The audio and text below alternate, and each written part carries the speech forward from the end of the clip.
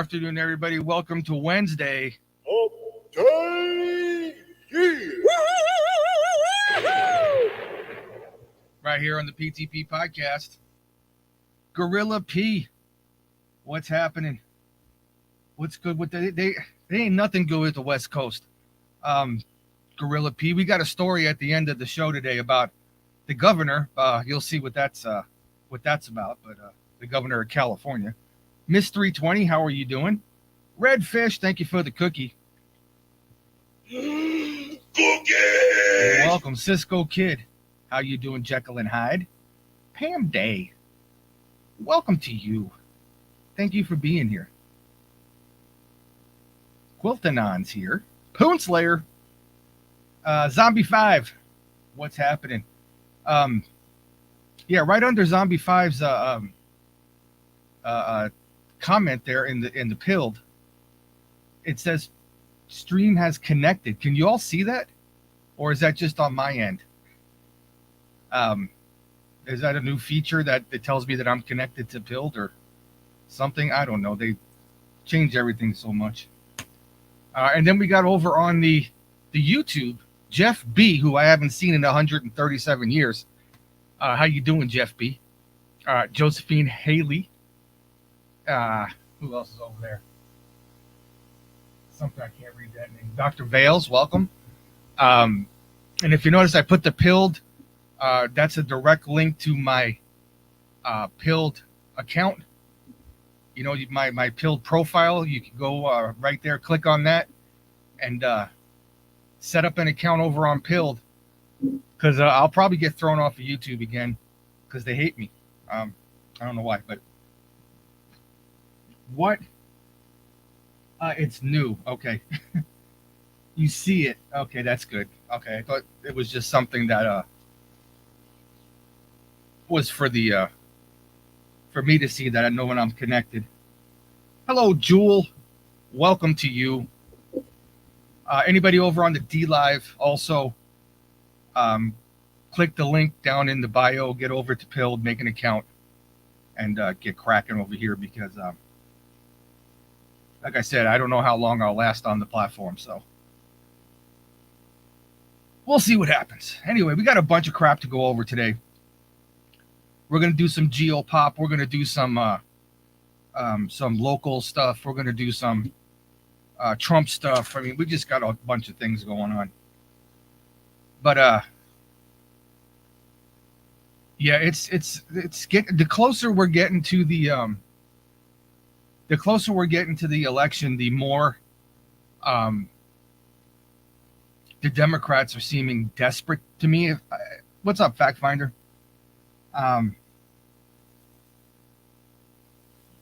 It's going, Fact Finder. It's going. That's about it.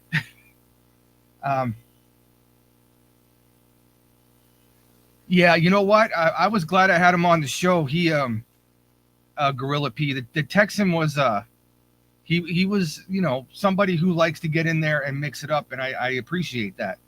Like I said, this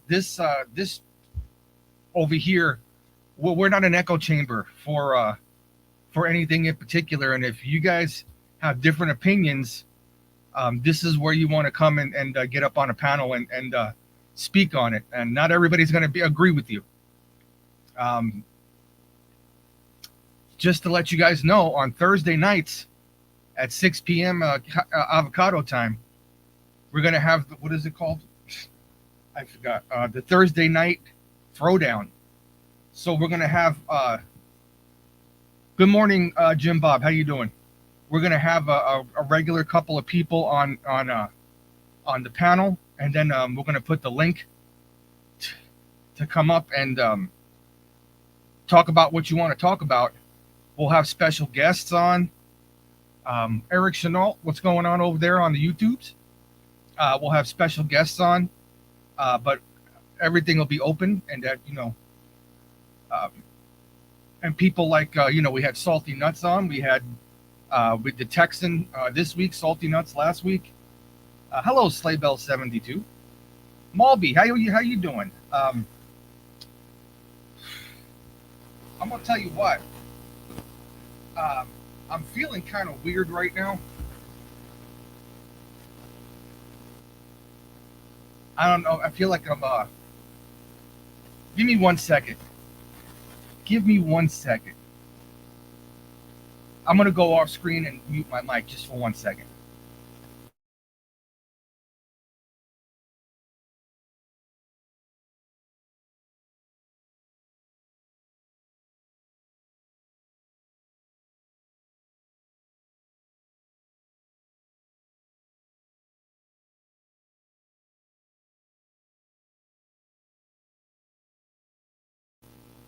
Okay, I'm back.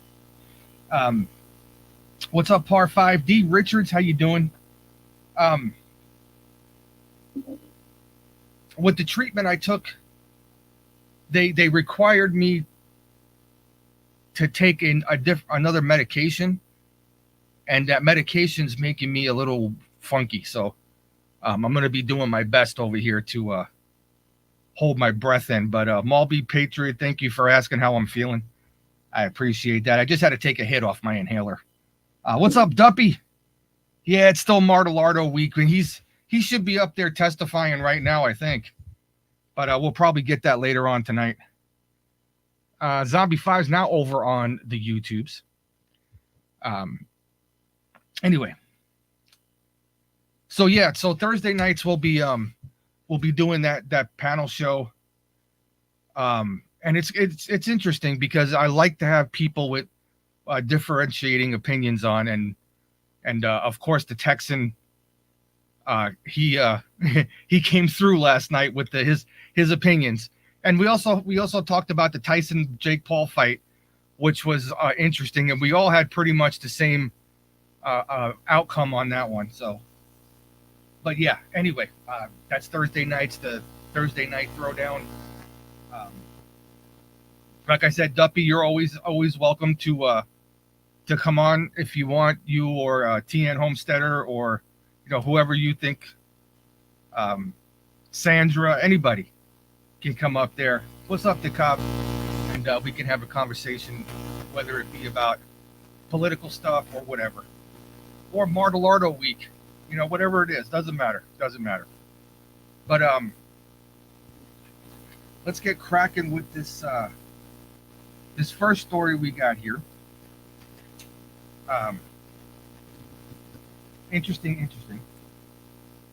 Are you allergic to the meds? Is April home? No. D Richards, it's what it is after the treatment I took, the 24-hour treatment I took, they gave me a shot to raise up my white cell blood count. She said it was just a little injection they gave it to me in my stomach, and in order to counteract anything that's going to make me sick, from that, they gave me Claritin. Where is it? It's right here. April got it for me last night. It's what's up, Spaz? How you doing? It's supposedly non-drowsy Claritin. I'm supposed to take one a day for 5 days because it whatever it is counteracts white blood cell bullshit. I'm doing okay. It's just it's just I just have like this weird feeling. That's all. I'm not used to. We're buzzing.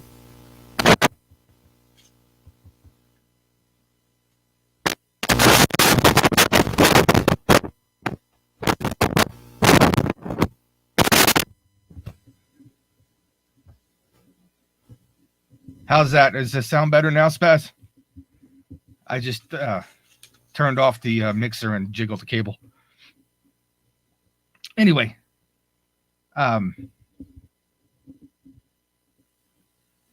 yeah. So that's just what it is. I don't know. It is what it is. I can't really, I'm doing the best that I can. I take a lot of different medications.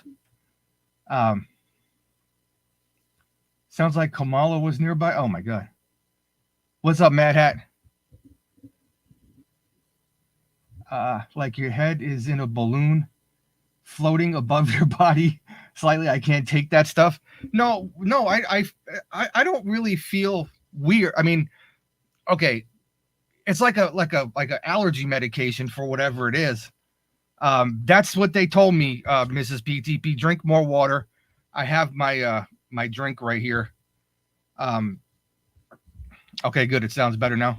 What's up, Smart Poker? Yeah. So, Conservative Chris donated 1,659 gold pills. Thank you, Conservative Chris. Welcome to you. Appreciate that.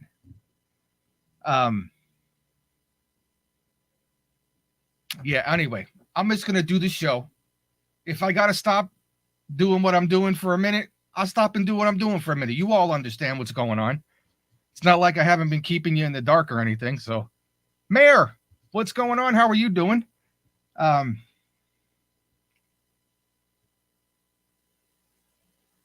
absolutely, D. Richards, and I appreciate it. Thank you so much. I do appreciate it. And like I said, I've been letting you guys know every step of my journey going through this shit. And today's just one of them weird days, but we're gonna soldier through it, and we're gonna get the news out, and we're gonna do what we have to do. And if I need to use my little whack-a-mole over here, well, don't break it because I don't know what else I have over there. But yeah, that's all. That's all I got to do.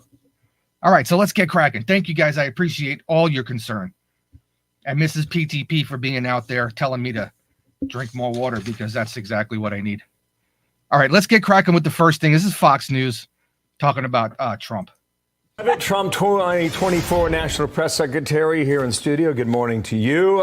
Initial reaction on this is what, Caroline? We are pleasantly surprised that Joe Biden has finally accepted and acknowledged President Trump's challenge to debate him. We have long been saying President Trump is ready to do this anytime, anywhere, any place. President Trump has already responded to the news this morning of Joe Biden's acknowledgement of this challenge, saying he sounds great on the June date, sounds great on the September date. However, it is interesting that Joe Biden's handlers said they don't want a large audience. They understand that Joe Biden cannot speak to a large crowd. That's why all of his campaign events are very controlled. They're also okay. When I first saw this, that Pam Day, well, thank you for the shades. Appreciate that. And just Josie, I said hello. How you doing? Welcome. So Joe Biden is accepting. This is the second time. It's the second debate. He said he'll do 2 debates, and you're a president of the United States, and you can't speak in front of a crowd. Ranger, how you doing? Because he has to have the audience to be small. I don't understand that. You know, I figure if you're the president, you're going to be going to places that have large groups of people, the United Nations, addressing Congress. That's 500 people, 535 people. I mean, I think that's pretty shitty. I mean, to be a president and not be able to speak in front of a crowd when you're debating somebody. I don't know, but let's continue. It gets even better. So obviously very fearful of the angry American protesters that follow Joe Biden everywhere he goes. But nevertheless, President Trump will be up there on that stage. He is ready. And the American people deserve this. They deserve to hear directly from both candidates. This election is the gravest contrast we've ever had in American history. A former president, a current president, President Trump with a record of success, Joe Biden with a record of weakness and failures. After they put out that video, which had 5 cuts, I would mention, in a 14-second video, Joe Biden said on Twitter, or X, excuse me, when I get up on stage, it'll be me and this grassroots team versus Donald Trump and his MAGA minions. It will be democracy versus authoritarianism, revenge. And that's a huge mistake, in my opinion. Hello, Kristen, over there on the YouTubes. Welcome. In my opinion, the Democrat Party keeps talking about MAGA, and keeps putting down anybody who supports Donald Trump. Not just saying that Donald Trump has bad policy, because they can't attack his policy, so they attack his followers. like MAGA is make America great again. It is something that is an enemy of the state. If you support, I mean, I think that's the worst message any politician can do. I think Hillary Clinton's biggest downfall is when she called people deplorables and irredeemables. I think that was just a horrible thing to do. And I think it was definitely a hindrance to her campaign, because once you say it, you can't take it back.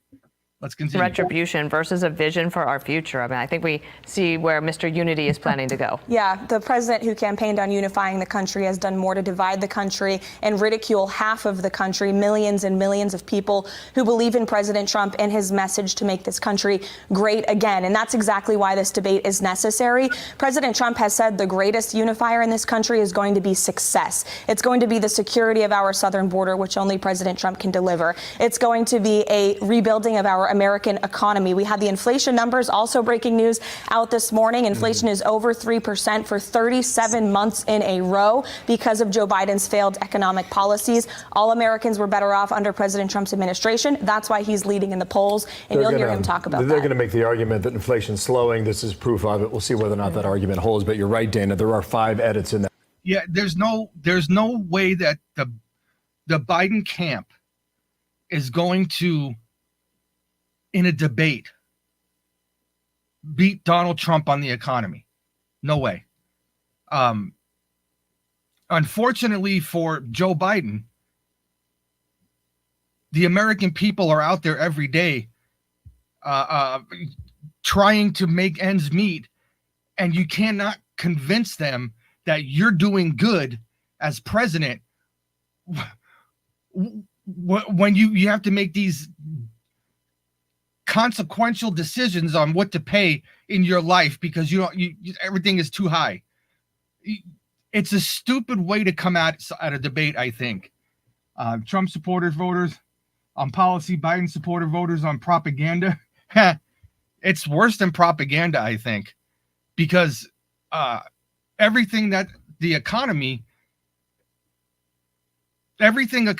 is right there in front of the American people's faces. So it's hard to defend your record like he tried to on the CNN thing and said, oh, they got the money, they're just not spending it. That's probably one of the stupidest statements I ever heard.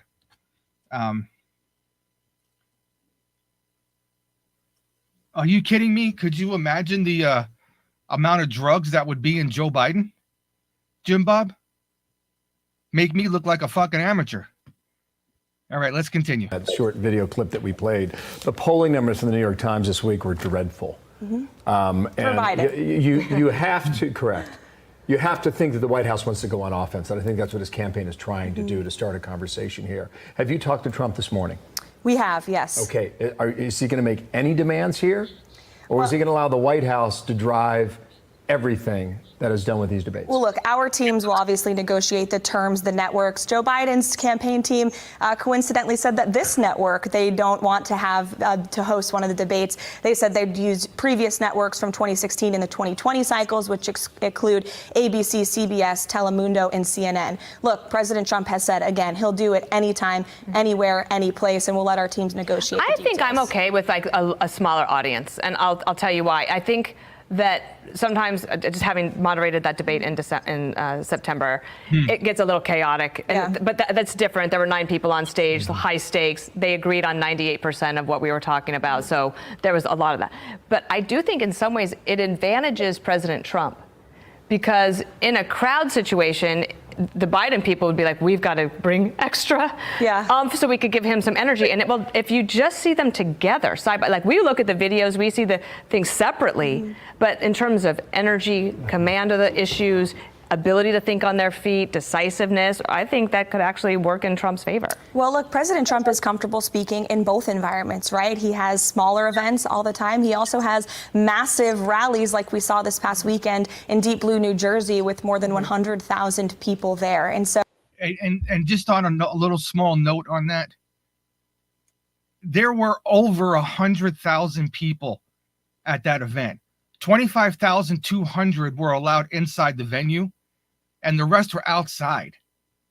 watching it on screens. And they keep trying to diminish those numbers and saying that the MAGA people out there left this place in a mess and did this and did that and blah, blah. I think we touched on it last night when we had the text in here last night. We touched a little bit on it. But I came across it again this morning. And before I even saw this, what she said about him being in New Jersey, they're trying to play down the amount of people that were there because Jersey is in such a bad way right now. The prices are just for everything. It's like California. Pennsylvania, New Jersey, New York are just like California when it comes to prices and stuff. So, but yeah, they kept trying to play down the numbers on that because Joe Biden can demand a crowd of 15 or 20 people, you know, and and Donald Trump is speaking to 100,000, 200 people in New Jersey. So he's comfortable with doing it. It's Joe Biden who is weak. So Joe we'll Biden see. who stumbles through a 15-minute teleprompter speech. I want to get to one last point. Put it back on the screen, guys, the qualifications that we understand right now. Look at the last one. Microphones only active during each candidate's turn. That was an issue in 2020. I think that's okay, too. For President Trump, but it may be. But you may or may not be able to voice objections if something is said on stage. That's certainly an effort to protect Joe Biden, who obviously has an issue with his stuttering, with his speaking, with his cognitive But it was President ability. Trump who was the interrupt-a-thon in September of 2020, as you remember. We will let our team debate the tactics of how these will move forward. All I can tell you is the president is ready to do it. Okay. All right. Caroline, thanks for being here. Way to hustle over Thanks. here. We We made thank it, you in guys. the rain with Nice to this see you. breaking news Thank right you. this morning. Thank you so much. Thanks, Dan. yeah, and I think that if Donald Trump was smart, he would give every concession to Joe Biden's team, whatever the concession is. Shut the microphone off when it's not your turn.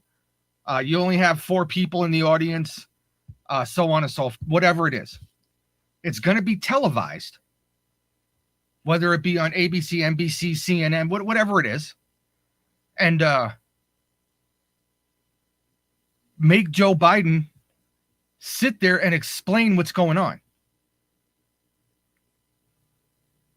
Because the tough questions are not going to come to Joe Biden. And Donald Trump already has a proven record on what he did on the economy. Regardless of what Nancy Pelosi says, that he was the president who lost the most jobs under his presidency due to COVID, not due to COVID. Remember, didn't have nothing to do with that. When the lady from CNN pointed out, well, all those jobs were lost because of the lockdowns. Oh, no, you're a Trump apologist. He lost the most jobs.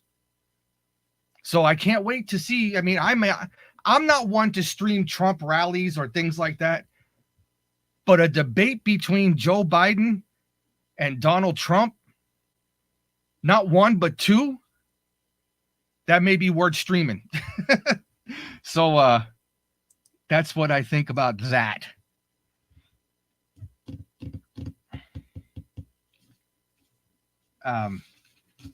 Yeah, what does it say? Dems Biden have to.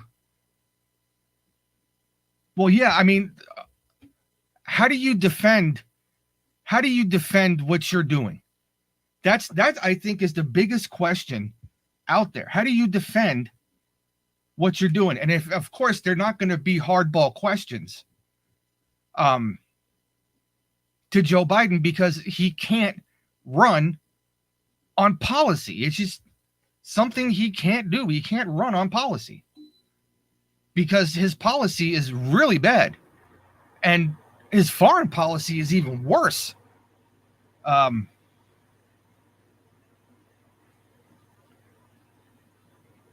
Duppy, I'm also in that same camp right there, that something is going to happen to say that, oh, you know what, Joe Biden can't make it, or blah blah blah blah blah, and then the debate gets canceled, or something happens. I think that could be an issue. because I don't, like I said, they have nothing to debate. We're now involved in 2 wars that we should not be involved in. Our overseas foreign policy is shit. China is looking at Joe Biden, and when the United States goes over to China and says, we don't want you giving weapons to Russia, we don't want you buying oil from Russia, we don't want this, we don't want that, and they turn around and do everything. What are you going to debate? China has already come out and said we're going to interfere in the election to get Joe Biden elected, because if Trump goes back into office, we're fucked. So it's very likely, Duppy, that there might not be debates. So hold on a second. What is this over here? Okay. All right. Oops. Yeah, and then I read all your things about Michelle there. He will be Jim Bob. That's another thing that we also talked about. He would be replaced before or during the convention. But like we'll see. We'll see what happens. We'll see what happens. All right, we got the next one here coming up. Yeah, I believe this is the ferret and the Cyclops. Let's go. Donald Trump's defense team will continue its cross-examination of Michael Cohen tomorrow as it tries to discredit the prosecution's key witness in the former president's criminal hush money trial. NBC News senior legal correspondent Laura Jarrett has the latest. Donald Trump's defense team tearing into the prosecution's star witness, suggesting Mr. Trump's self-described fixer turned fierce Trump critic Michael Cohen is out for revenge on his former boss. Do you want President Trump to get convicted in this case? Trump attorney Todd Blanche asking. Sure, Cohen acknowledged. Sure. Cohen confirming he recently said the former president belongs in a cage like an animal. The defense trying to cast Cohen as motivated to lie, that he previously... What's up, Sean Joe? Thank you for the cookie. Cookies. The more they put Michael Cohen on the stand, and we're going to point this out in this clip right here, the more I was right. The more I can say, I told you so. Right? Just remember, I will stop and we'll point it out when we get there. They fed prosecutors dirt on Mr. Trump to get out of prison early, and that now his financial livelihood, including media appearances and podcasts, centers on trashing Mr. Trump. Now, didn't I say that yesterday? I said once Donald Trump is gone, in the 4 years that he's gone, Michael Cohen will disappear. His whole livelihood is revolved around Donald Trump. We said that last night on the That's a Great Question podcast, because I couldn't figure out what the hell they put Michael Cohen on the stand for. But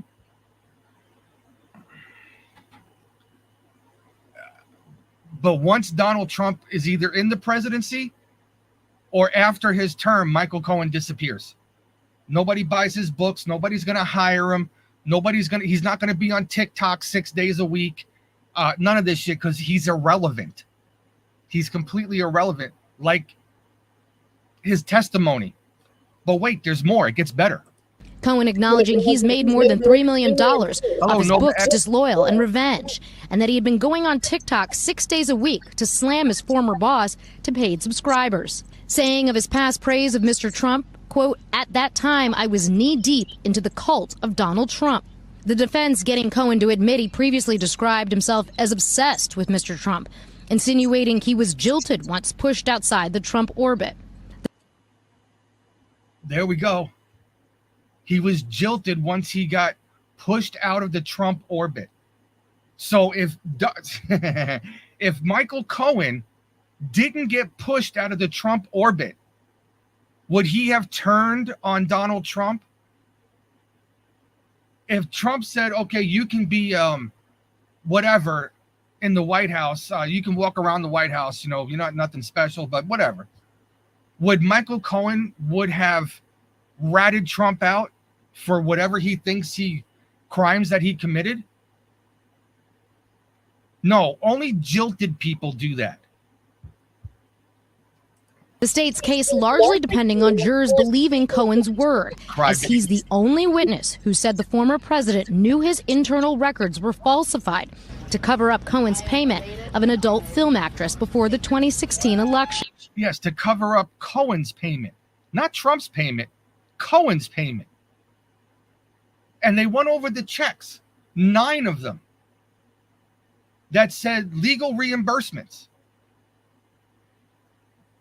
Doesn't say paying the hooker off. It doesn't say hush money payment. It doesn't. These are the same checks that Cohen got every month for legal fees, legal reimbursement fees. What? Oh, and by the way, who's the one who went to jail for campaign finance violations? Was that? It was Donald Trump. No, it wasn't. It was Mr. Martellardo who went to jail. So that fat slob Alvin Bragg there brings the only witness, the star witness of his case, who's the only one who committed a federal election crime, as his star witness. What are you retarded? So he was left in the back seat with his legs. That's right, sleigh bells.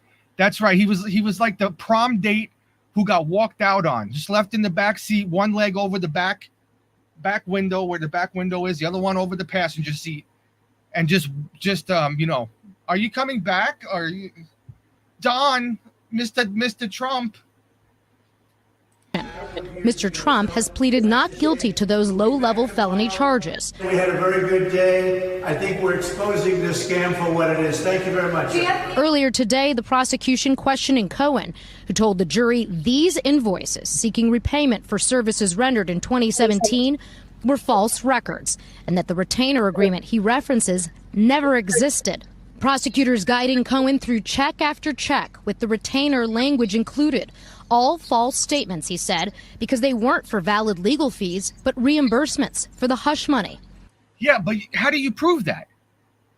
How do you prove that? They're only concentrating on a certain number of checks. You worked for him for 11 years, and you have checks from him from 11 years that say the same thing. Legal fees, reimbursements. I'm sure Donald Trump is smart enough not to write bribe to building inspector on the memo line of a check. Payment to Teamsters mobster fund so I can pour cement in New York City. Right? Bribe to the foreman of the carpenters union so I can get the lumber on time. I'm sure he doesn't write those memos in there. Payment to a hooker to keep her mouth shut. You have no proof of anything. Cohen describing a meeting with Mr. Trump at the White House in 2017 where he posed for this picture. Cohen says they discussed. And that's the picture that Michael Cohen wanted. Look at where he's behind the podium, right, with the American flag and the White House thing in the back.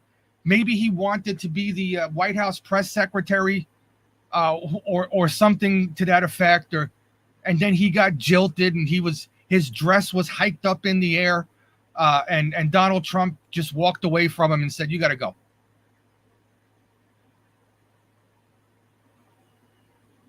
That's what it is. Mr. Trump reimbursing him for paying off Stormy Daniels, an arrangement developed by Trump Organization CFO Alan Weisselberg months earlier.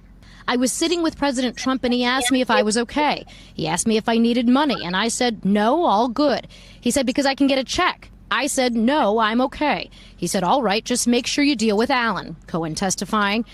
Later saying he was frightened when the FBI raided his home and office in 2018. Saying Mr. Trump told him, don't worry, I'm the president of the United States. Stay tough, which Cohen took to mean don't flip. But Cohen says he turned against Mr. Trump after consulting with his family. My wife, my daughter, my son all said to me, we're supposed to be your first loyalty. Cohen has been disbarred and convicted of lying under oath. And the defense. What's up, Isaac Truth? How you doing? So everything that we said about Michael Cohen turned out to be true. And now that they put him on the stand, it's all coming out. It's all coming out. He's upset, and his family told him, they're pressuring you to give Donald Trump up. You need to do it.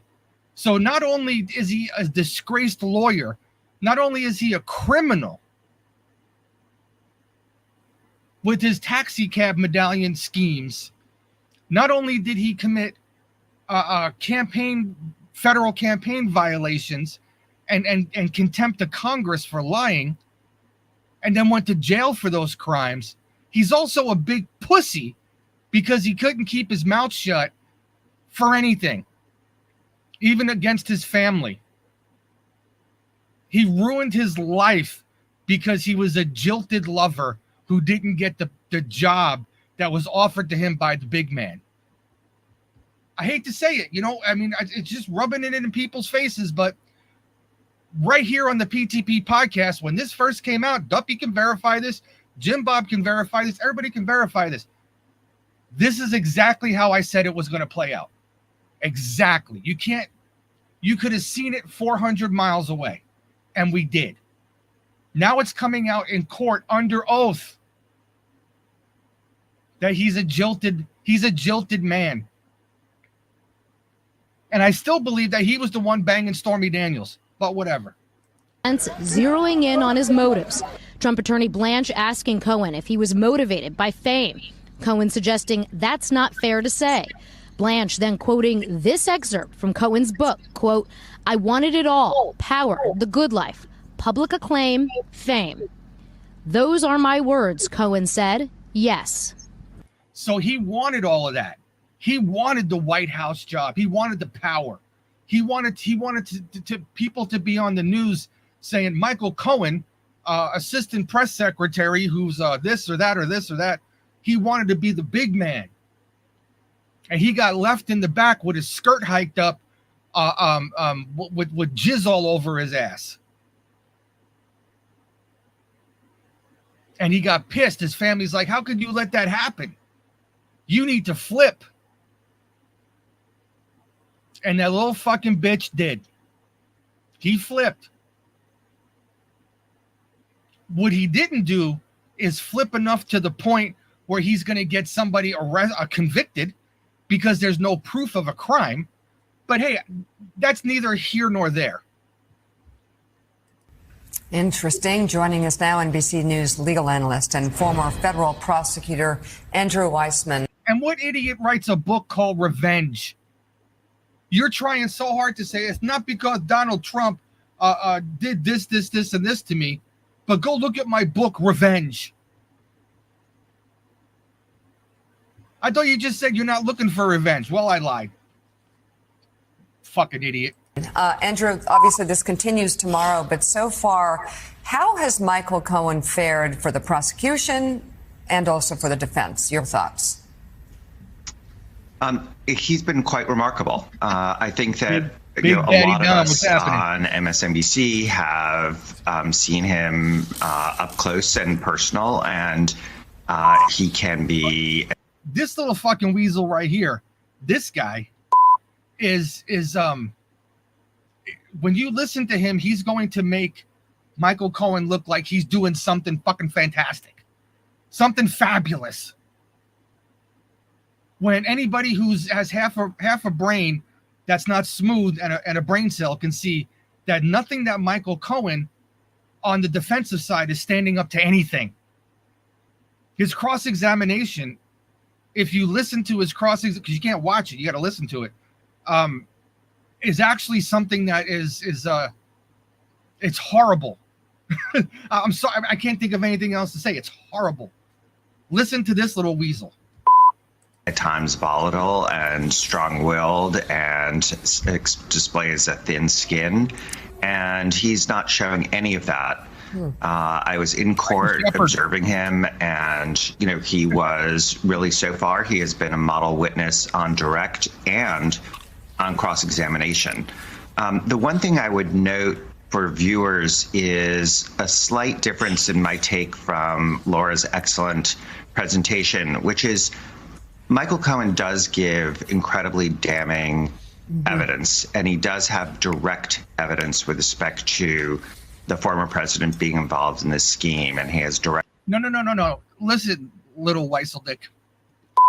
What it is he has direct evidence of nothing. Literally nothing. That's linking the president to even Stormy Daniels or Clifford's, whatever the fuck her name is. He has no evidence of anything. There's no evidence with the checks. All it is Cohen saying that was hush money payment. And if you need anything, you need to deal with Weisselman or whatever that guy's name is, his other guy. Even the phone call that he illegally recorded, breaking the attorney-client privilege, shows nothing. Shows absolutely nothing. So it's his word against Donald Trump's word. And did you take the one who got arrested and put in jail for the crime that Donald Trump is being accused of? Do you know where you sit?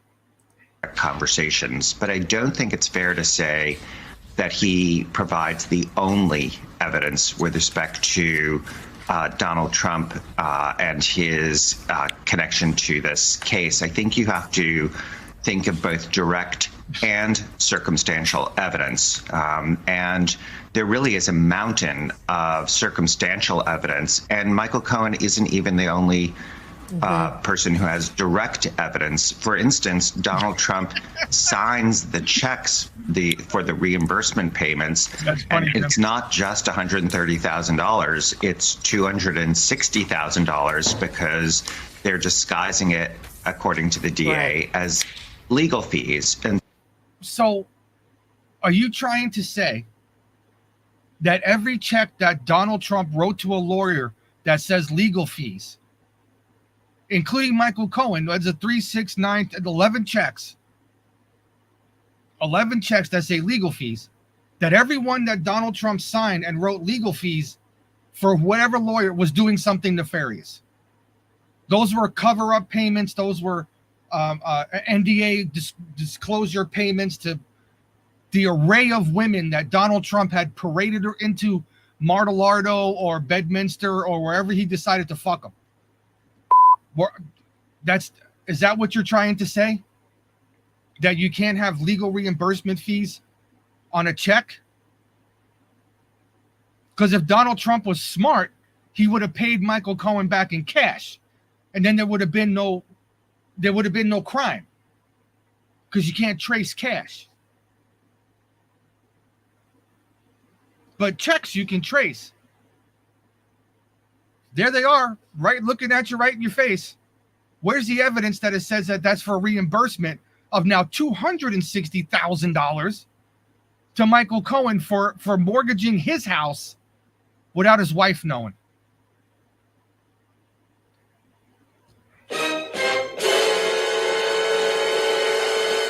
So there really is substantial corroboration and independent evidence aside from Michael Cohen, who certainly is an important witness, but I don't think in any way is a critical witness. So since you were in the courtroom, Andrew, I'm just curious. He's the only witness. What the fuck are you talking? Michael Cohen is Alvin Bragg's star witness. He's the only witness that you're saying 30 seconds ago can connect Donald Trump to the prostitute, allegedly. And now he's insignificant? If you had any sense of how the jury was reacting or not reacting, were they bored, were they intrigued, and how he was connecting with the jury, if at all. And of course, this comes down to, as Joyce reminded us in the last hour, the jury. I mean, it's their call on whether he is guilty of the two things, the election interference and the actual fraud with the records. If that seemed to be landing, as opposed to all the drama around their relationship that's coming out. You know, reading the jury is always a hard thing, and you just never know. And so the one thing I will say from looking at the jurors is they are extremely attentive. They're not dozing off. Yeah, because they're looking for some sort of evidence. They're looking for something that they're sitting there for however 17 days now, or whatever it is. They're looking for evidence that this guy is guilty of something. I would be real attentive too, and I'd be saying, "Where's your proof?" Because remember, you have to. It's the prosecution's job to prove beyond a reasonable doubt that the crime was committed, and nobody has even mentioned a fucking crime yet. So I'll be real attentive too. Like, what are we here for?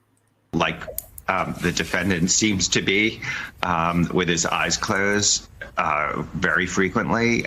They are looking at the witness. They're looking at the documents as they come in. I would say the last hour of Michael Cohen's direct testimony was pretty riveting because he was looking, by and large, directly at the jurors.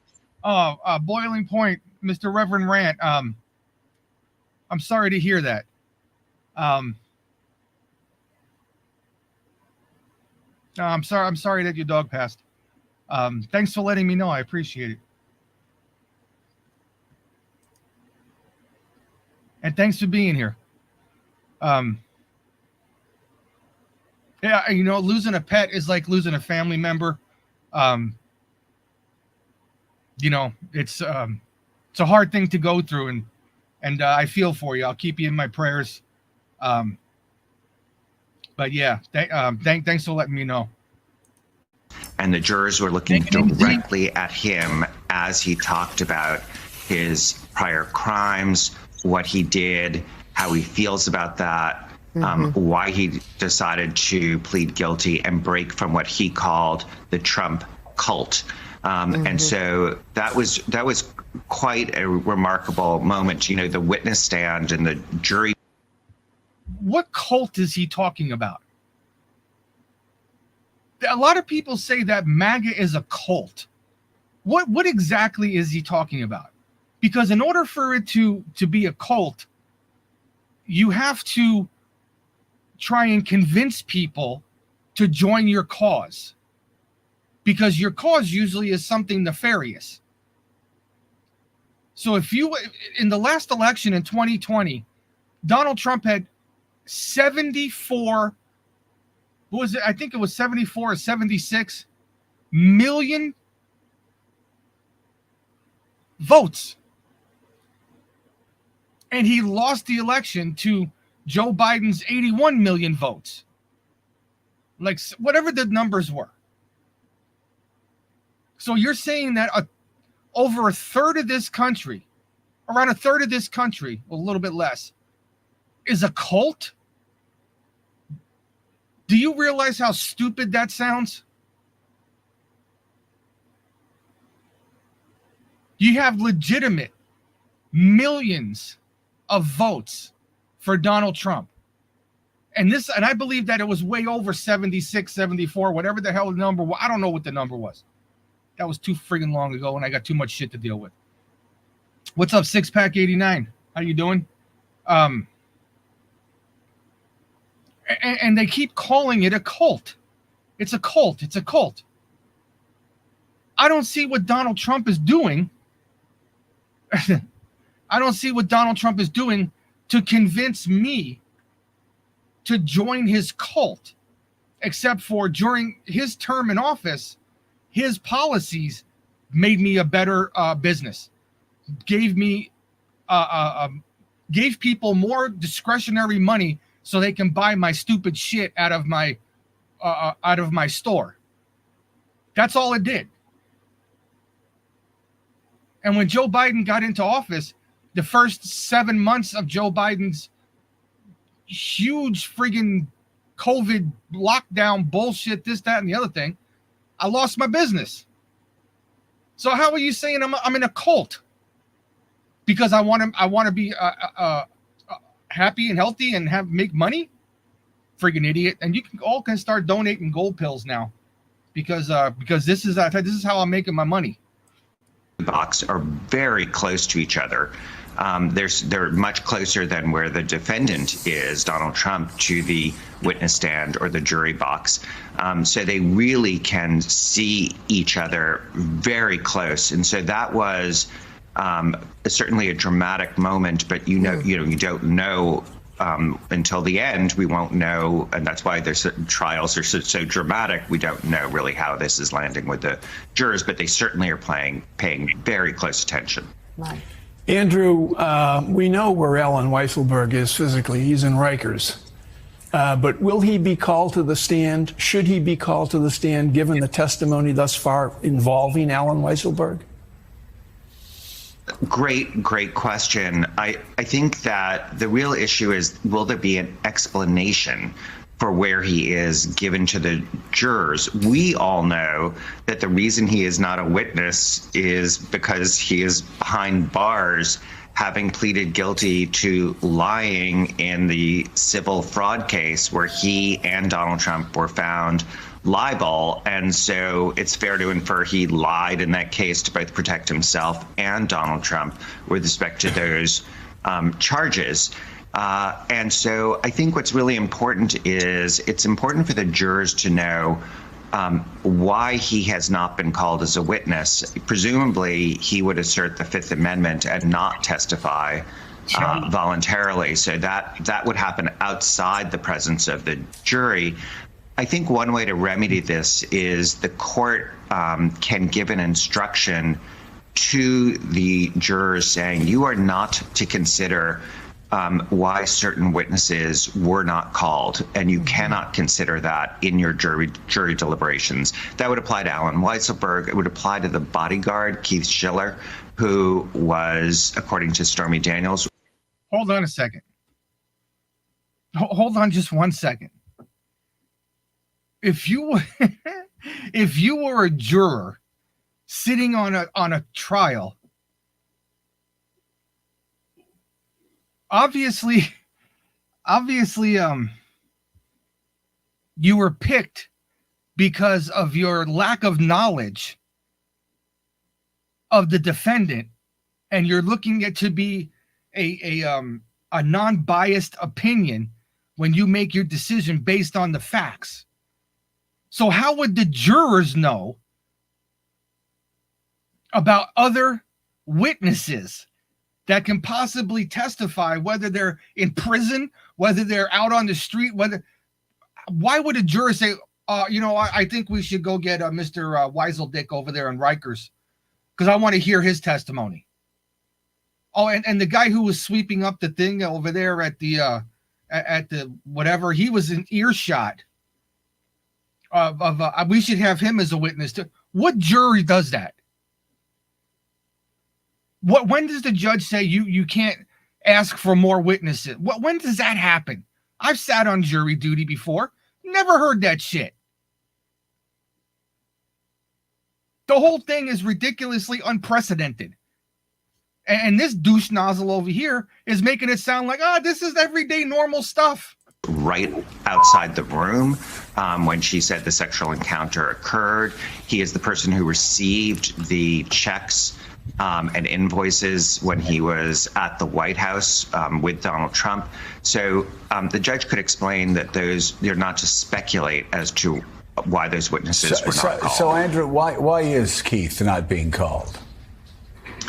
I assume that he is somebody who the prosecutors, again, I'm speculating, but a good prosecutor would try to get him to cooperate and would try to see if he would testify. I would assume that he asserted the Fifth Amendment. And I don't mean that to pejoratively. We all have a right to do that. If Everybody there is does, yeah. an answer. Exactly. And so I would assume if I were his defense counsel, that's something that I would advise him to do, at which point the prosecutors have to decide whether they would immunize him and thus not prosecute him in exchange for his testifying. And I could see why they might.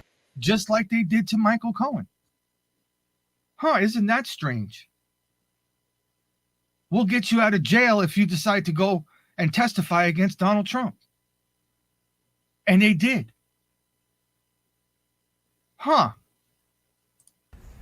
not be willing to do that given what they know about his closeness and involvement with Donald Trump. And also you can immunize somebody and they could still lie and not tell the truth. All right. Former federal prosecutor Andrew Weissmann, as always, thank you so much. So Donnie, you know Michael Cohen very well, and you have for quite some time. I'm sure you observed him yesterday in the courtroom. What did you see? Let me just back up a little bit. That anybody who thinks that Michael was going to get rattled or Michael was not ready for this, I remember sitting in Otisville with him many times where he was preparing for this. This is his moment. And the thing about Michael, and people forget also, is Donald Trump has been through how many attorneys? Yet Michael Cohen was his personal attorney for 10 years and kept that job. He's really good. He's really good on his feet. And he's also very likable. I would not be surprised if he is not really connected with the jury. There's something about him, and the Rev knows him, that, yes, he did all this stuff for Trump, but you kind of feel like the guy was duped into it and whatnot. And I really believe that he's connecting. I really believe that this is his moment. And the other thing, yes, they're going to. You can connect with the jury, and you can believe it's your moment, and you can, put pull your panties up, and you can do all of that. Michael Cohen can do all of that. There still is no evidence. The jury has to base their decision on evidence, not what they feel about Michael Cohen doing a good job not presenting any evidence. The best thing that could happen here, the best thing that can happen is Donald Trump gets a guilty count. That's the best thing that can happen, because the first thing that they're going to do is file an appeal. And then they're going to ask for a mistrial based on no evidence. And in the meantime, Donald Trump's credibility on the street is going to go from here to here. And by the time the appeal and all this stuff is coming around, he'll be president. And what are you going to do? You're going to call the president out of the White House to go and do a retrial? Seriously? Just because the jury thinks Michael Cohen is likable? Is that what our justice system has come down to? Oh, if you're a good witness on the stand, yeah, fuck it, we'll convict them. Oh, evidence? No. He's a very likable guy. Yeah, but he's the one who made the payments and mortgaged his house and didn't tell his wife and paid off a hooker and blah, blah, blah, blah, blah. Yeah, but he's a likable guy. He's got a nice faccia. He got a nice face. Paint him and said, yes, he lied, but everything is corroborated. They have not left anything to chance here. It's not like, take my word for it. He speaks, they put the checks up there. He speaks, he put the other document up there. So when you combine his ability on the stand, which so far by anybody's scorecard, he's getting an A, with the corroborating evidence, I think he's very formidable. And Rev, you know Michael Cohen as well. I know him, in the years that we would deal with Trump, some mostly adversarial, he was the guy that kind of walked to you and said, look, he's not that bad a guy. He was a true believer. Mm-hmm. And when he got in trouble, he called me and said, would you meet me and have prayer with me? And I met him. I was a little skeptical about what it was because we met at the Regency, and this is wide open. But he really convinced me that he's, I was telling him everything will be all right. As a minister, you comfort people. He said, no, Rev, I'm going to jail. He says, be clear. He said, but my kids don't deserve this. And I think his family turned him around. And even when he went to jail, he would send messages to me, please call my son, which I did. So Okay. Your kids don't deserve this. You called up Al Sharpton, Reverend Al, to pray with you in New York, where there's a church on every corner. You called up Al Sharpton, who hates Donald Trump, and said your kids shouldn't be going through this.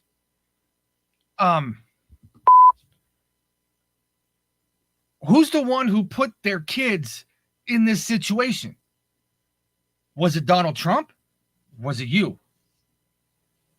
Who's the one who has no evidence against anything,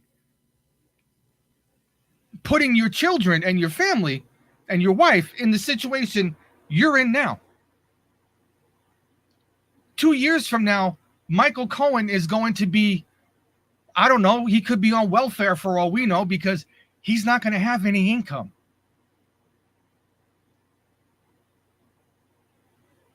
You put yourself in this situation. Nobody else did. And Reverend Al is not going to pray you out of it. He's a bigger fucking criminal than you are. Allegedly. He's a bigger rat, allegedly, than you are. But it's okay, though, because for the common folk who watch the Ferret and the Cyclops, they don't know any different. That, Reverend Al was a federal informant because he got caught selling cocaine in the 80s. So instead of going to jail for selling 2 keys of coke, he turned state's evidence against the people that he was buying the coke from. Yeah, he's a rat, just like Michael Cohen's a rat. Allegedly. Everything's allegedly. And this is the shit that gets me kicked off of YouTube. But over here on Pilled, I can say this because it's a true free speech platform. So when you look at Reverend Al Sharpton, come pray with me. The dude's a criminal. But that's neither here nor there.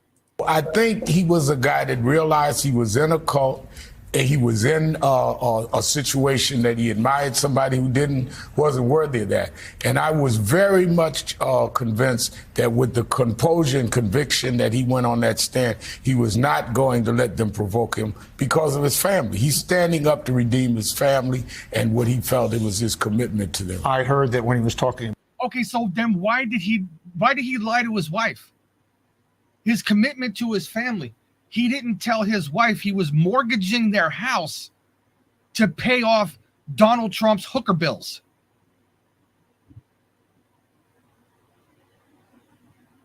That's real dedication to your family. You're the one who put your children's roof over their head in jeopardy, not Donald Trump.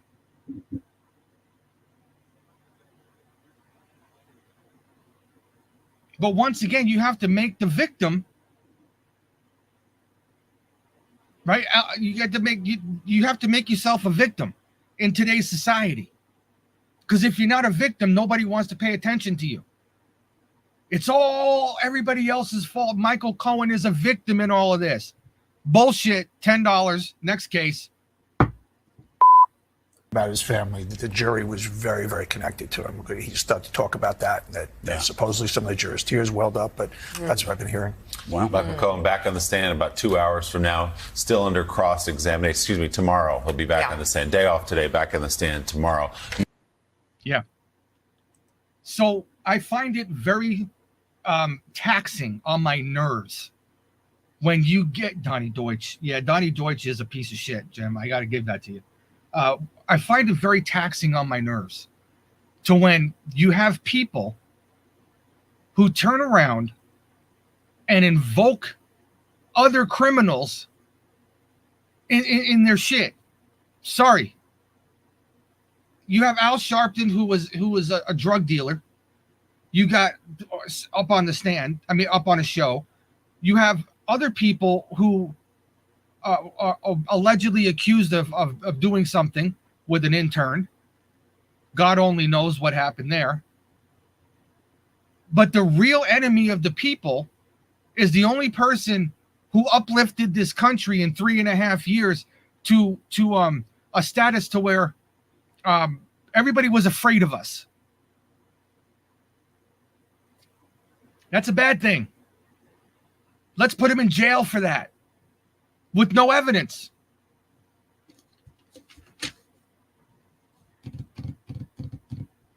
Dumbass. Asswipe. Okay.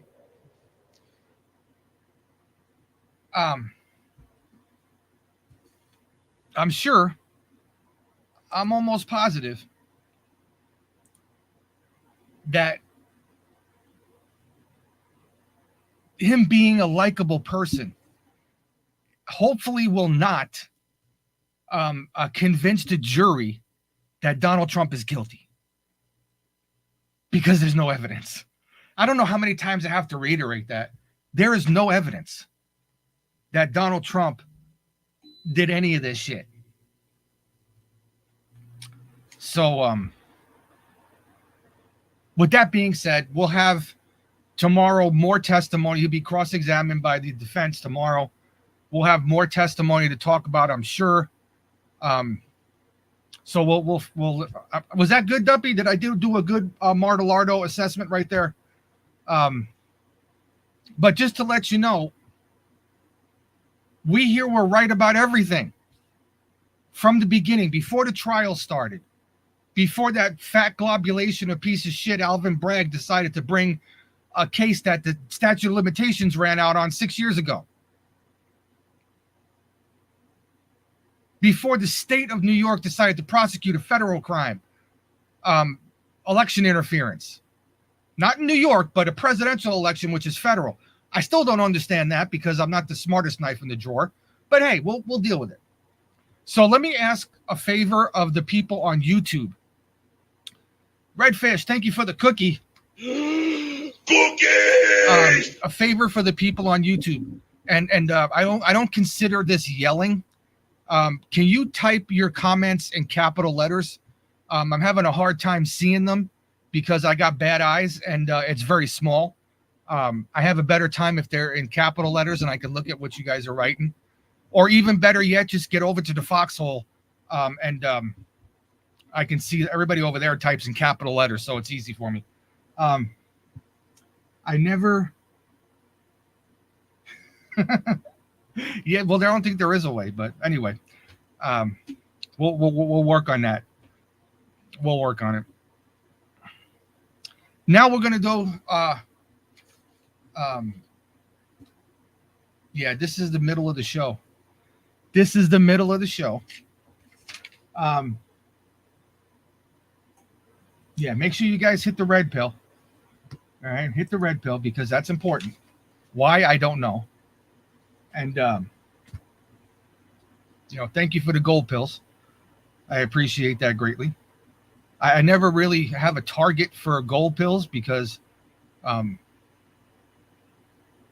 just don't. But I think we should set a target for gold pills because we have a target for subscriptions. I need 1 million subscribers, and I'm only 990,920 away. So if you can subscribe, I would appreciate that. And what's up, Jason? How you doing?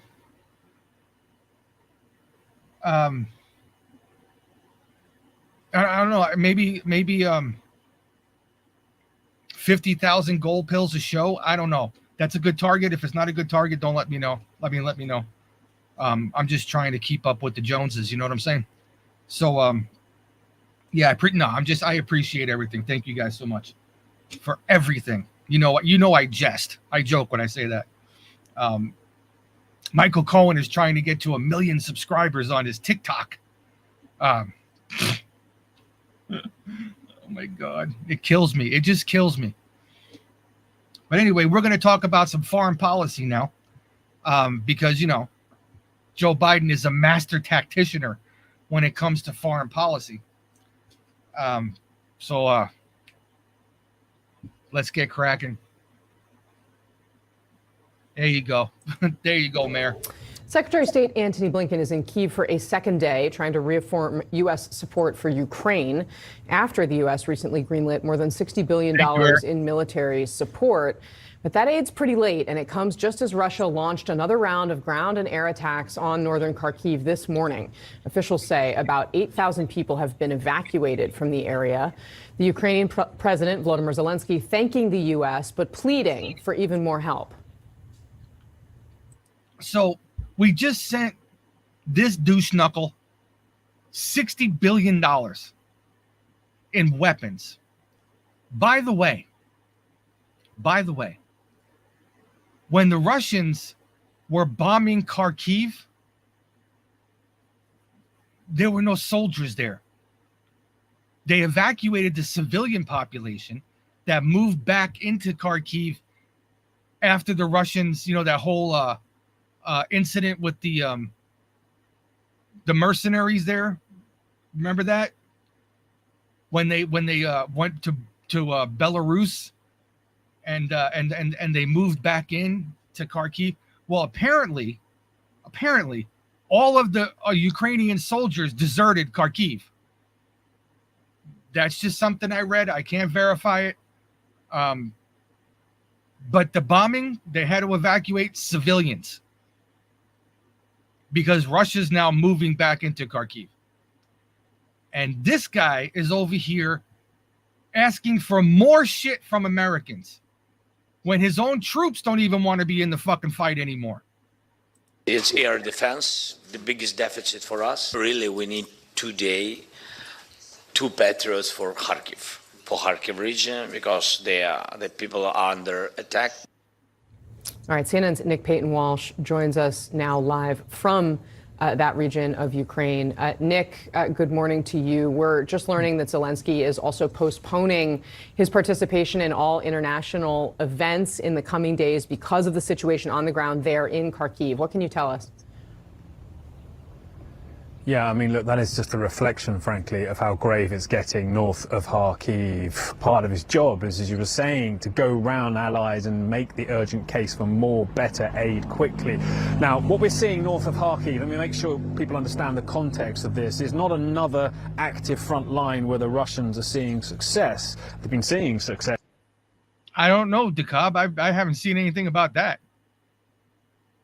And moving forwards in the east quite dramatically over the past weeks. What they did on Friday is launch a significant new invasion, frankly, from their territory into parts of Ukraine that they'd been kicked out 2 years ago. And it's frankly depressing to be back here. This was a front line 2 years ago that we worked around, to see now this potentially under threat again. Now, the Russians have come at this with force, resources. They've not found the Ukrainians ready. We've not driven past significant fortifications on the way to here, 2 places where they're being urgently built. We did see.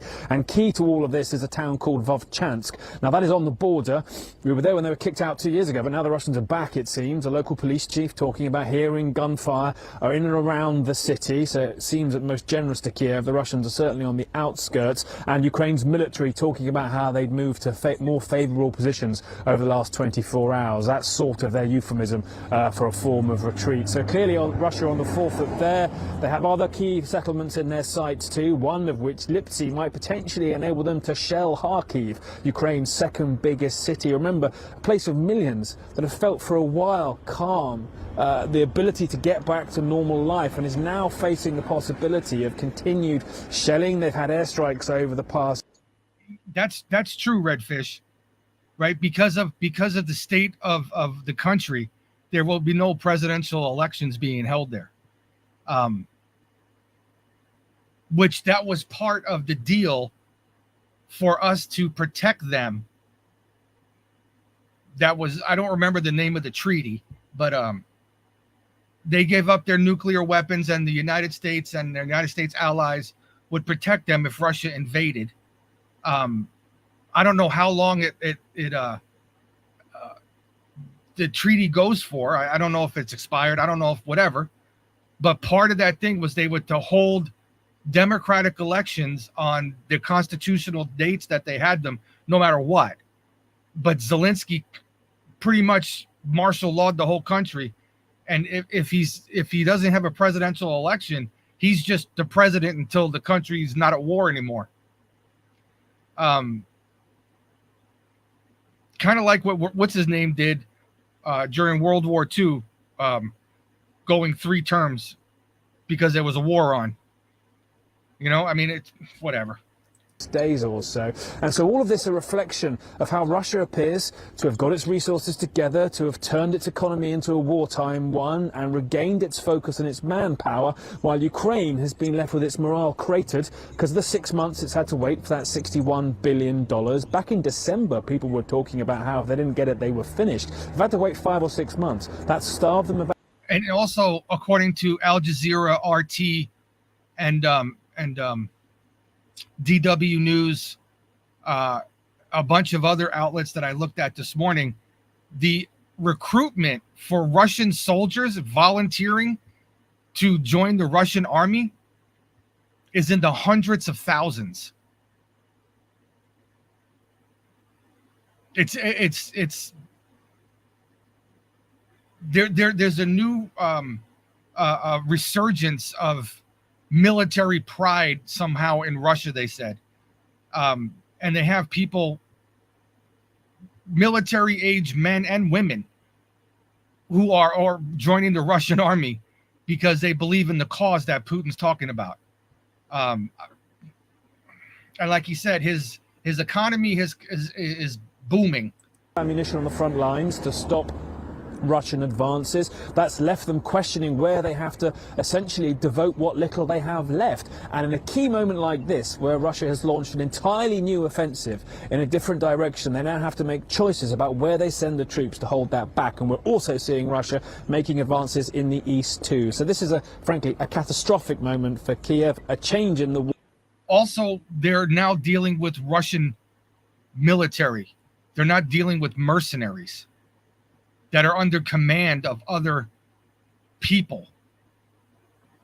It makes a huge difference. And we talked about this, that once the initial attack using non-Russians, the Wagner group or whatever it was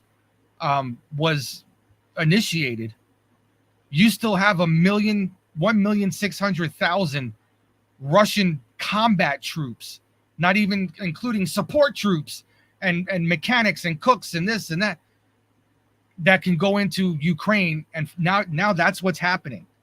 You have Russian military, the guys who are trained to fight,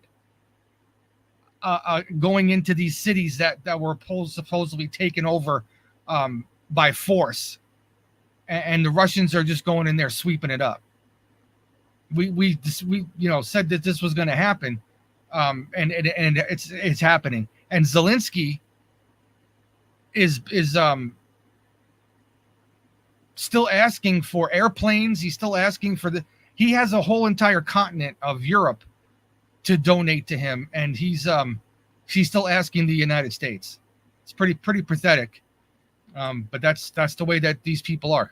War, and something reflected in Zelensky deciding not to make those urgent visits to allies in the days ahead. We're into a very grave moment here, and the aid simply cannot come fast enough, if indeed it's not too late for some parts of Ukraine. Casey?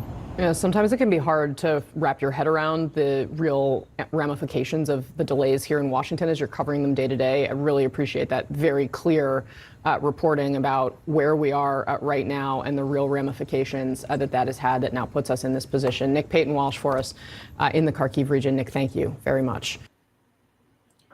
See, the real ramifications that they're talking about. Sorry, Eric. We have a very similar way of looking at things. That's it's always been like that.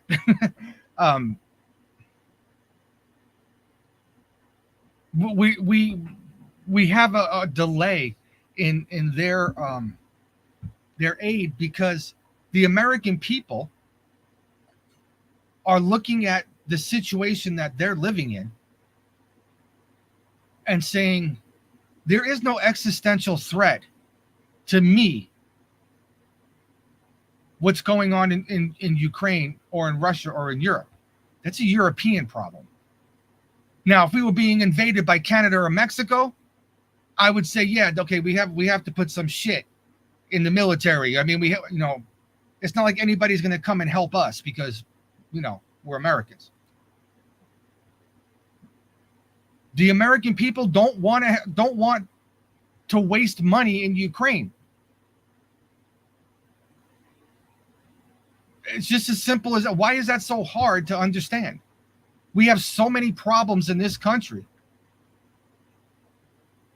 that we're spending billions, trillions of dollars in foreign military aid that's being circled right back into the military industrial complex, and then going right into campaign donations for politicians. It's one big gigantic money laundering operation that we've established a year and a half ago. If your own people don't want to fight for their own country, it's not my problem. That's your problem. You keep saying that Putin's going to go into the Baltic states. He's going to go into Poland. He's going to do this. He wants to fight NATO. That's a different story. NATO caused all this shit. He wants to go there. That's on him. I, as an American citizen, don't want to pay that shit. I don't want to deal with that shit no more. Wonder when Russia will be at the Dnieper River and nothing changes. Will they stop there? Probably not. Probably not. Eventually, Kyiv will be overtaken. That's just the way that it is. And then you're going to have a situation where you have China and Taiwan, or China and Hong Kong, where you're going to have a puppet government in Kyiv that's Russian, and people are still going to call themselves Ukrainians. I don't think that Putin will go any further than that, because that gives him an entire country to defend against NATO. I mean, you got Finland and you got some other states and shit like that, but that ain't nothing compared to Ukraine and the border with Russia. I don't think he's going to go any further.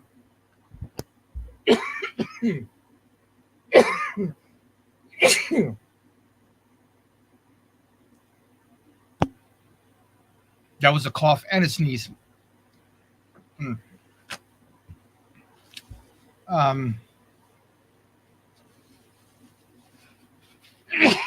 Excuse me.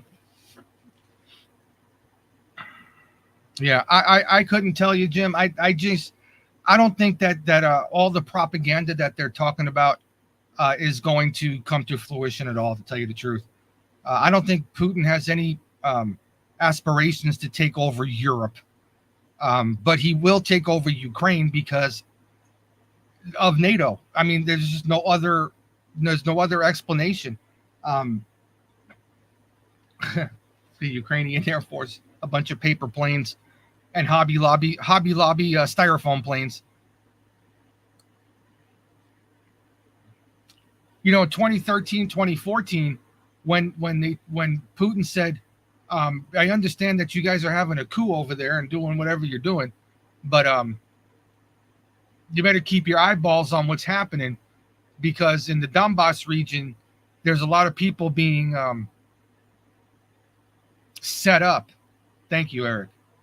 And they sent the neo-Nazis to out of the capital of the country and sent them down south over there, or east or whatever, to take care of that shit. And that's when Putin warned them, said, better keep your shit on your side of the border. You're encroaching on blah, blah, blah. And NATO just went to town. Did what they thought, they didn't think that this was going to happen. Sorry about that. Let's see what we got here. Secretary of State Antony Blinken is in Kyiv for a second day. No, we just played that. Okay. So that was the Ukraine shit. $60 billion in weapons. and you don't even have a half of an army to fucking use them. But let's watch the next one, because of course the next one's about Israel. That's my geopolitical for the day. Despite warnings from its allies, the Israeli troops have pressed further into the eastern region of Rafah city. Israel says that it is in pursuit of what it claims are the 4 Hamas battalions in the region. The Israel Defense Forces released a video showing what they call Hamas's training compound as Israeli tanks push deeper into Rafah, and injured Palestinians in Gaza said the closure of the Rafah crossing between Egypt and the Strip is preventing them from traveling abroad to receive treatment they desperately need. He has the right to treatment. He has the right for medical care. We hope that you will be able to open the Rafah border crossing for the humanitarian cases so that they can receive treatment and be provided with medications so the boy can once again see with his eyes. He lost his sight due to the hit which took place and the shelling that he was subjected to. We hope that the official sides, international organizations and all the country that sees us to feel compassion towards our case and look at the children. What have the children done to deserve this? Okay, so once again, I'm going to look at the stupidity of this. And I'm not defending Israel. Just not going to do it. But Hamas, right? We're just going to look at it at face value, right? Not what we know, what we see. You're blaming the Jews, right? You're blaming Israel for bombing and maiming and, this, that, and the other thing. But you never address the question why they're there. Remember, just on its face value, I'm looking at this. She needs to say that we have the right to aid. Well, if you would have rejected Hamas, maybe you wouldn't be in the situation.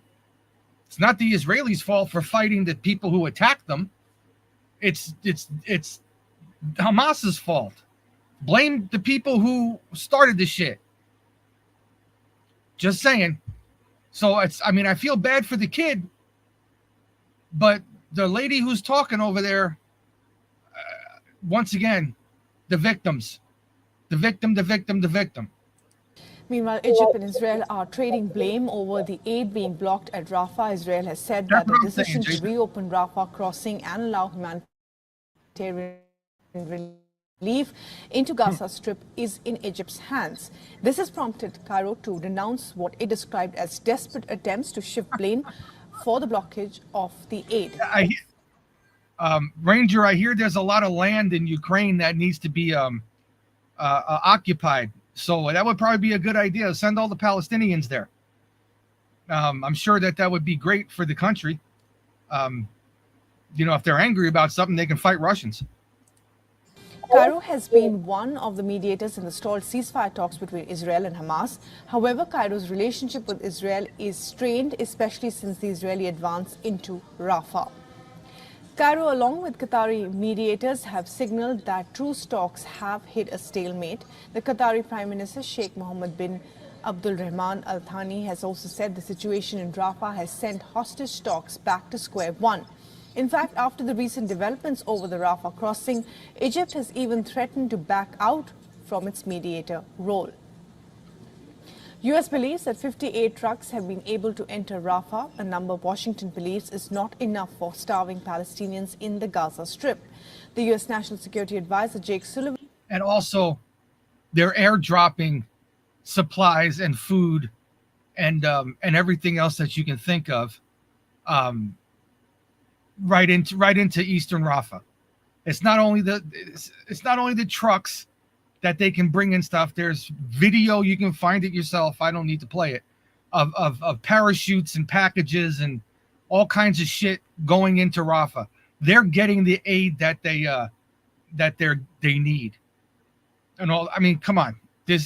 I understand the propaganda, the Egyptians, everybody's this. I understand all that shit. But I mean, when you have the shit out there that they're airdropping shit right to people, you got to victimize all that. Yeah, fuck it. Will visit West Asia to take note of the situation. As it relates to aid that has been flowing this week, we've seen 50 trucks enter Gaza on May 12th. This is not nearly enough. More needs to be done, and it's another example of why the Rafah border crossing needs to be open so we can see further sustained humanitarian aid flow into Gaza. Recent pressure by the Biden administration on Israel not to go through with the Rafah offensive, the United States has moved a $1 billion package for weapons aid for Israel into the congressional review process. The latest weapons package includes tank rounds, mortars, and armored tactical vehicles. This development comes after the Biden administration paused the shipment of powerful bombs to Israel over concerns they might be used for. Now, I'm sorry, but that big old 155 cannon didn't look like a defensive weapon to me. A major invasion of Rafah. The rift between the U.S. and Israel has also taken a hit. In the latest, Israeli army has released a video showing armed men standing next to the UN-marked vehicles at its compound in the southern city of Rafah. Israel has demanded an explanation from the UN for this particular video.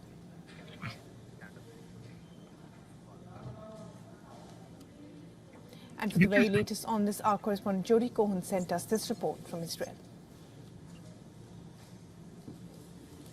An Egyptian official has said that Egypt won't allow aid through the Rafah crossing between Egypt and Gaza as long as the Israel Defense Forces are there.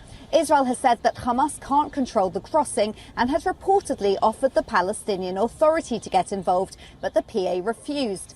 On aid, 5 crossings between Israel and Gaza are currently open. So why would the Palestinian Authority refuse to interject into getting people aid to their own people? Why would you not want to negotiate? What is the so the Palestinian Authority, right? Who's in not even in Palestine, they're in other countries. Dubai, the UAE, Egypt, whatever. I was like, no, let the Israelites just bomb them out of existence, and then we can claim, victimhood and martyrship and all that stuff. I'm not going to help them.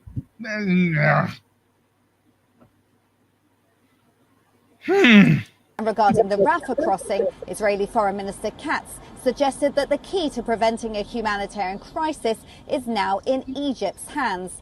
Meanwhile, President Biden appears to be sending mixed messages. On the one hand, saying he would veto a bill that would unfreeze an arms transfer to Israel. On the other hand, seeking to send a further $1 billion in arms to Israel.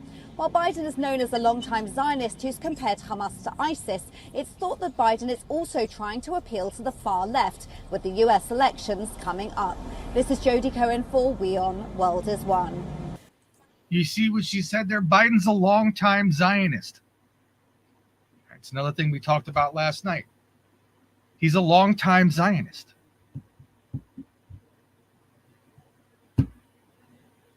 The only reason he's doing this is because he has an election coming up. And he's lost the youth vote. Like that got him elected in 2016 or 2020. Hamas is a political rival to the PA. Why would they want to help them?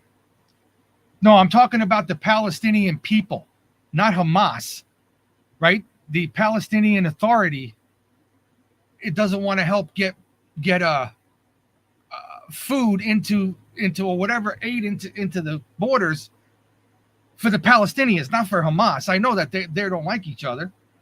I'm talking about Palestinians.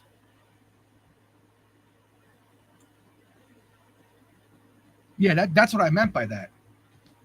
You think that the Palestinian Authority would do everything they can to get aid into Palestine, even though Hamas is now probably in cahoots with the UN, which obviously looks like it, but whatever, we don't know. But yeah, no, I am completely aware of that, Jim. What's up, Sven K? How you doing? Okay. Did I just watch this one? Download. Okay, let's get rid of that one. Okay. So that's my my geopolitical shit for the day. we can't do too much of that. It's too stressful. Now,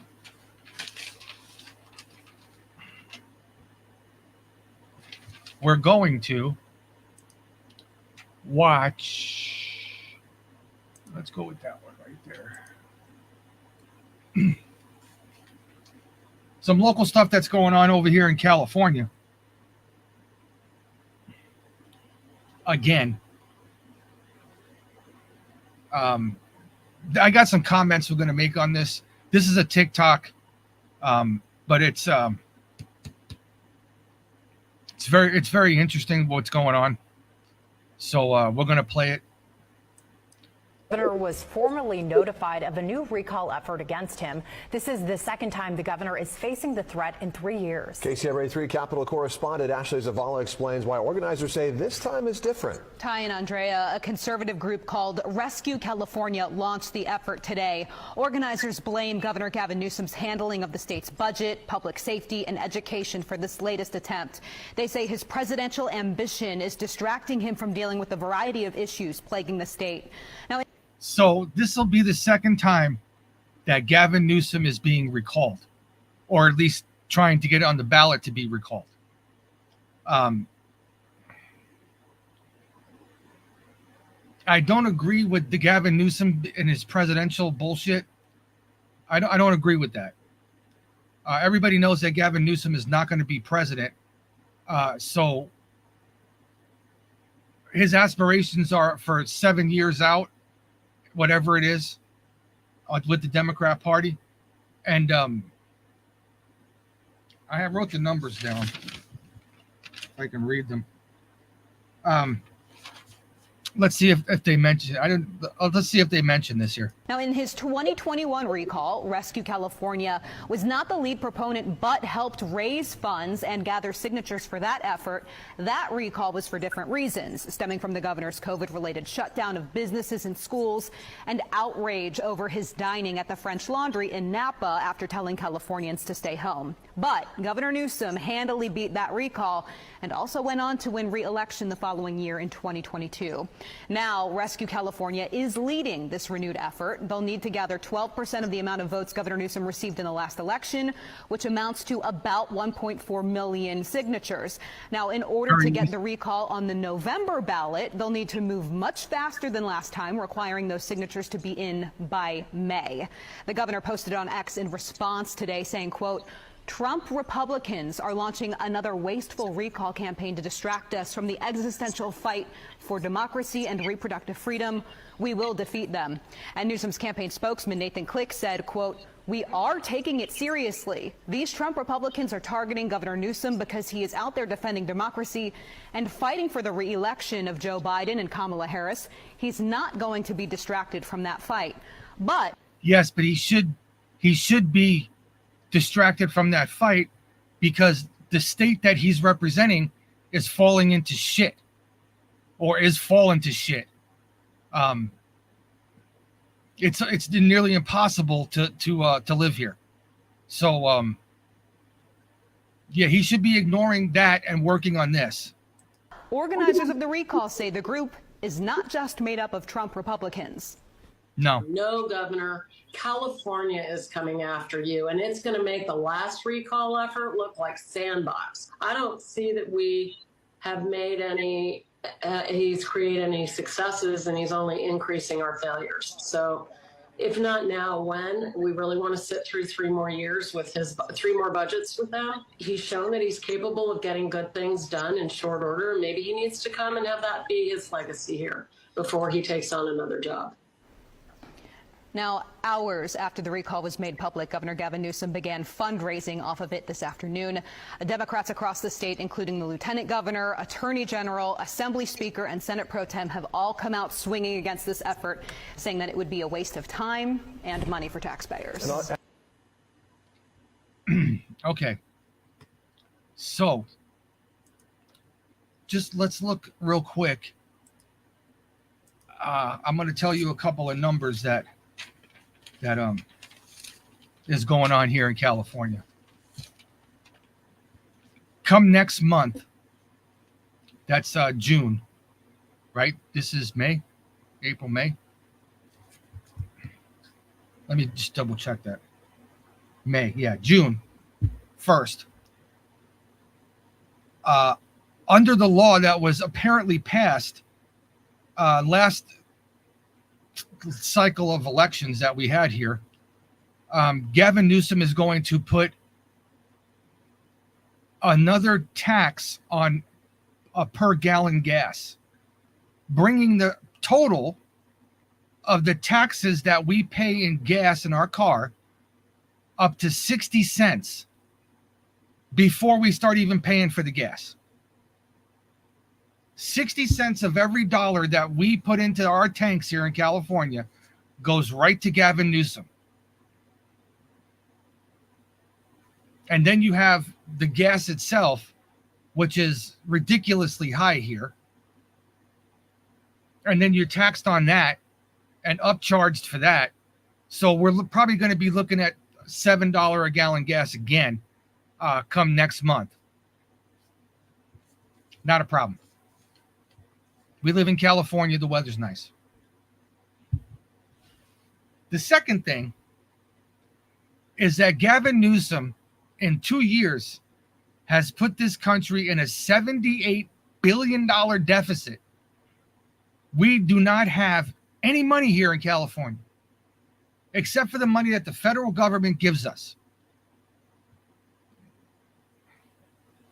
$78 billion. Because he neglects the state and is going for the presidency, according to them. I don't know. I don't think that's happening, but whatever. But he's giving health insurance to undocumented people in this country, in his state here, and we're paying for that, right? You know, all that stuff.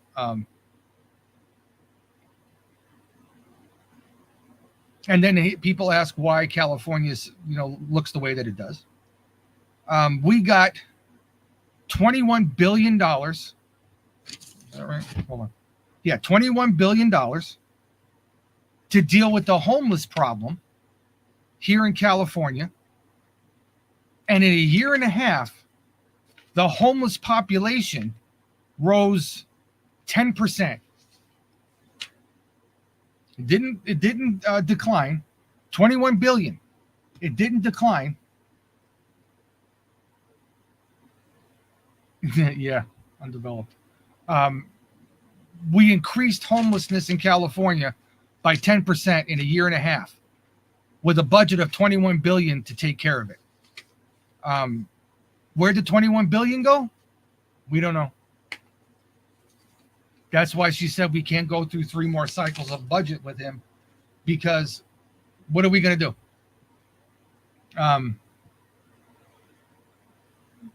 What are we going to do? What's up, Mikey Baseball? I honestly don't think that Gavin Newsom is going to be president of America. Maybe Venezuela, Nicaragua, something. I don't know, but not America.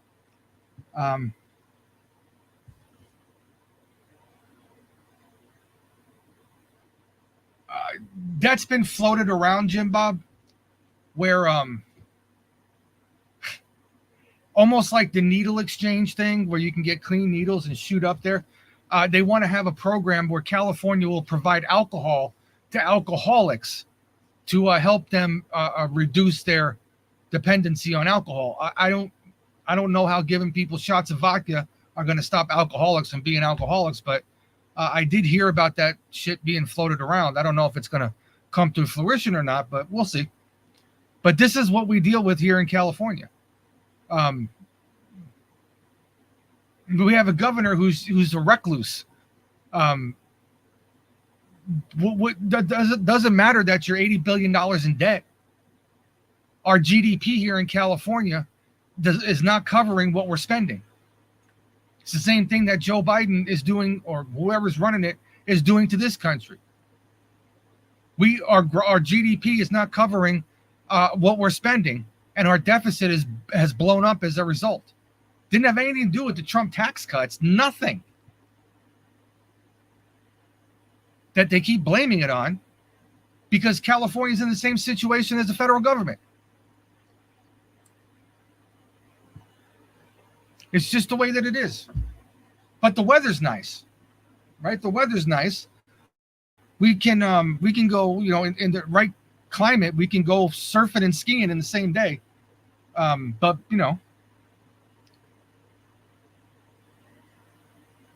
yeah, Spaz, I don't think that he's going to be president. People are going to, you got to remember, California has lost a representative in the House of Representatives because we lost our population. People are moving out of California because of how bad it is. And those people transplant to other states, Midwest, all these places. But they're going to see Gavin Newsom and say, you know what? I couldn't afford to live in California anymore. I couldn't deal with it. I had to leave because of his policies. I'm really going to vote him to run the country? That's something I don't think that these people are thinking about. You have people that moved to Arizona and Texas and Florida, New Mexico, Wyoming, Montana, wherever the fuck they moved to get away from California. And they're going to see that Gavin Newsom is going to do the same thing to now on a federal level to the United States. Yeah, I don't think he has too much of a chance there. I don't think they're thinking clearly on that. You're going to get the Democrats on the East and the Democrats on the West, but you're not going to get the entirety of the Midwest of the country, where most Californians relocated to get away from you. Maybe somebody should tell them, or maybe they don't. I don't know. But like I said, the weather's great. It's a I don't know what's the temperature today. Let's see.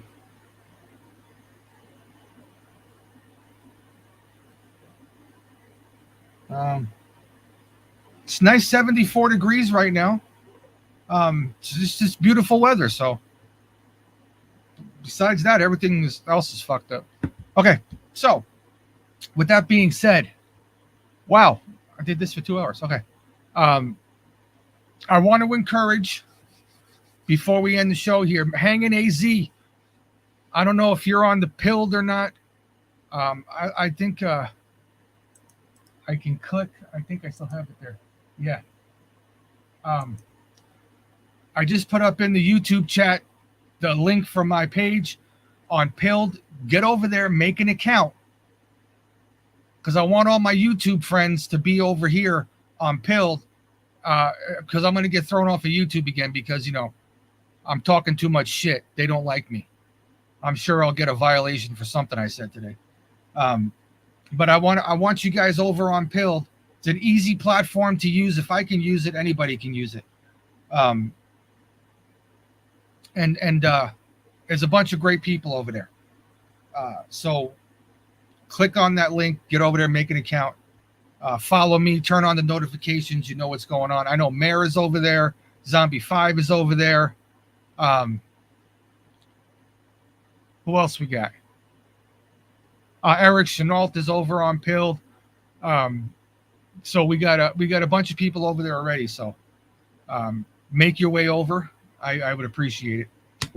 And you guys on Pilled, love you guys. I really do.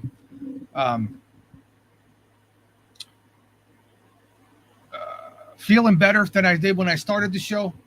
I drank almost a whole can of fluid, so I feel a lot better. to sit here for almost 2 hours and do this is pretty good. I want to be back tonight at 6 o'clock, left coast time. And we're gonna talk. We're gonna do some stuff. We got some stuff to look at. So make sure that you turn on the notifications. I'll put the promo up in a little while. Get over to Pilled, make an account, yada yada yada, all that good stuff. Thank you for all the gold pills, red pills, blue pills, pills. Remember, Sven K is now over on the YouTubes. I can't see the D Live or the X chats because I got too many shit going on. But